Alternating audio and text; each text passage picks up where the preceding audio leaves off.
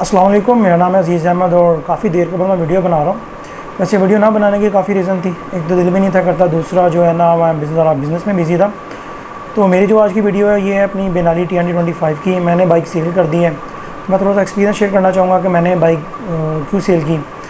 इसमें तीन से चार मेजर रीज़न थे। तो सबसे पहले मुझे कुछ पैसों की ज़रूरत थी। दूसरी मेन रीज़न ये थी कि जो बेनाली T25 है ना, इस पर आप क्रूजिंग बिल्कुल नहीं कर सकते।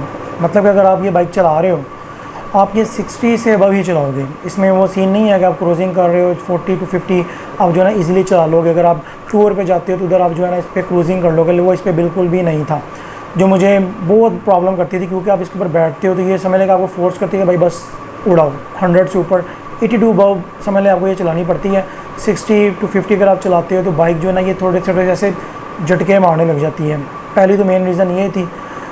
और दूसरी जो मेन रीज़न इसकी ये थी कि चेन की इसकी आवाज़, इसका जो चेन नॉइस है वो हर बाइक में, ये नहीं कि सिर्फ मेरी बाइक में था, मैंने अपने दोस्तों की भी बहुत सारी बाइक्स में देखा कि इसमें चेन नॉइस जो है ना वो आपको बहुत ज़्यादा परेशान करता है। जैसे आप बाइक चला रहे हो आपको आवाज़ आती है चिक चिक चिक चिक, जैसे समझ लें कि कोई ट्रेन की आवाज़ नहीं आती, ट्रेन के अंदर चिक चिक चिक चिक ऐसी आवाज़ आती थी जो कि बहुत ज़्यादा अनोइंग थी।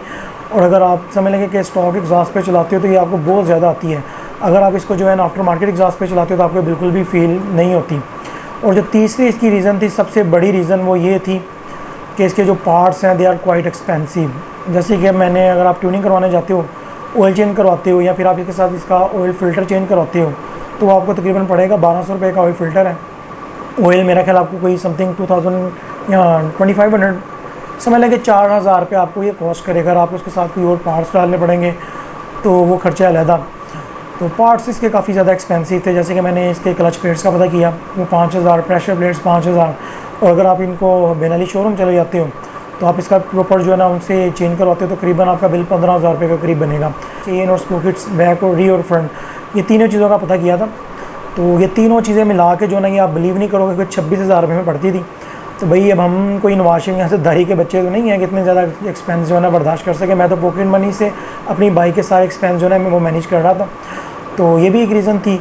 और एक चौथी रीज़न ये थी यार, टूर्स के लिए ना मैं टूर्स करता हूँ, मेरे पास 70 भी है, 125 भी है जो इधर घर में चलाता हूँ। लेकिन जो टूर्स करने के लिए ना वो बिल्कुल भी ये रिकमेंड नहीं है। क्यों? EFI है। अगर अल्लाह ना करे कहीं भी पहाड़ों के ऊपर या आपकी बाइक ख़राब हो जाए तो आप वहाँ से कहीं रिपेयर नहीं करवा सकते, आपको इसके कोई पार्ट्स नहीं मिलेंगे। आपको जो है ना वहाँ से या तो किसी गाड़ी में लोड करके लाना पड़ेगा इसको इस्लामाबाद।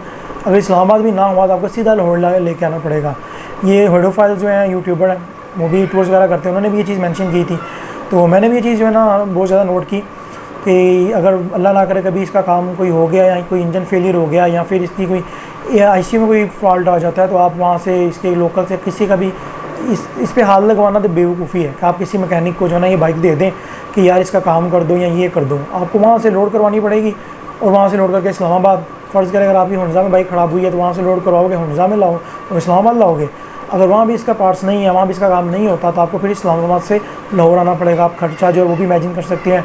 और जो इसकी टेंशन है वो सेपरेट है, वो भी ज़रा आप अपने अकल के घोड़े दौड़ा सकते हैं। तो ये चीज़ें थी जिस वजह से मैंने सेल कर दी।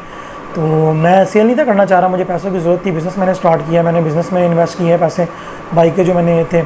तो इंशाल्लाह अभी नेक्स्ट जो मैं बाइक फ़िलहाल अभी नहीं लूँगा। नेक्स्ट बाइक मैंने सोचा है जो ना नेक्स्ट ईयर लूँगा। मेरा अभी टूर का था प्रोग्राम नेक्स्ट सितंबर में, लेकिन वो मैंने कैंसिल कर दिया क्योंकि मैंने कहा थोड़ा सा बिज़नेस को ग्रो कर लूँ। इंशाल्लाह नेक्स्ट बाइक मैं लूँगा। तो नेक्स्ट बाइक अगर मैंने कोई ली 150cc लूँगा। वो मुझे रॉयल प्रिंस की वैगो बहुत अच्छी लगी, मेरी फ़र्स्ट बाइक भी वो थी, तो वो लूँगा। वो लेने के बाद इंशाल्लाह अब नेक्स्ट ईयर जो है ना टूर जो है ना वो स्टार्ट करूँगा। इसके अलावा बेनाली के जो बाइक है बहुत अच्छी हैं। अगर आप भगाना चाहते हो, आप सिटी में समझ लें सैटरडे टू संडे आप जाना चाहते हो, वैसे ज़रा सोशा मारना चाहते हो तो उसके लिए बेस्ट है। लेकिन अगर आपने डेली रूटीन के लिए यूज़ करनी है या आपने फिर टूर्स वगैरह पे जाना है तो उसके लिए बाइक ये मैं बिल्कुल भी रिकमेंड नहीं करूँगा। पार्ट्स काफ़ी एक्सपेंसिव हैं, लेकिन ये है कि पार्ट्स इसके मयारी हैं, पार्ट्स इतनी जल्दी ख़राब नहीं होते, लेकिन एक्सपेंसिव है। अगर कुछ भी काम लग गया, जैसे आपने स्पॉकेट, रियर और चेन सारा कुछ चेंज करना है या फिर इसका कोई इंजन का काम निकल आया तो समझ लें, माइंड में रखें, कीप दैट माइंड कि आपका कम से कम भी जो बिल है ना वो 40,000 लगेगा। क्योंकि मैंने जब नई बाइक परचेज़ की थी मैंने इसके ऊपर जो है ना 50,000 रुपये लगाया था। वो मेरी सारी वीडियोस पड़ी हुई हैं, मैंने टायर चेंज किया, इसके अलावा और भी मैंने मॉडिफिकेशन की। तो मैंने ये जो ना बाइक सेल कर दी। कुछ ये थी बातें मैंने कहा आपको ज़रा बता दूँ कि जो इसके मैंने आज तक प्रोज बताए हैं, कौन थे जो इसकी खामियाँ हैं, वो भी ज़रा आपसे मेंशन कर दूँ।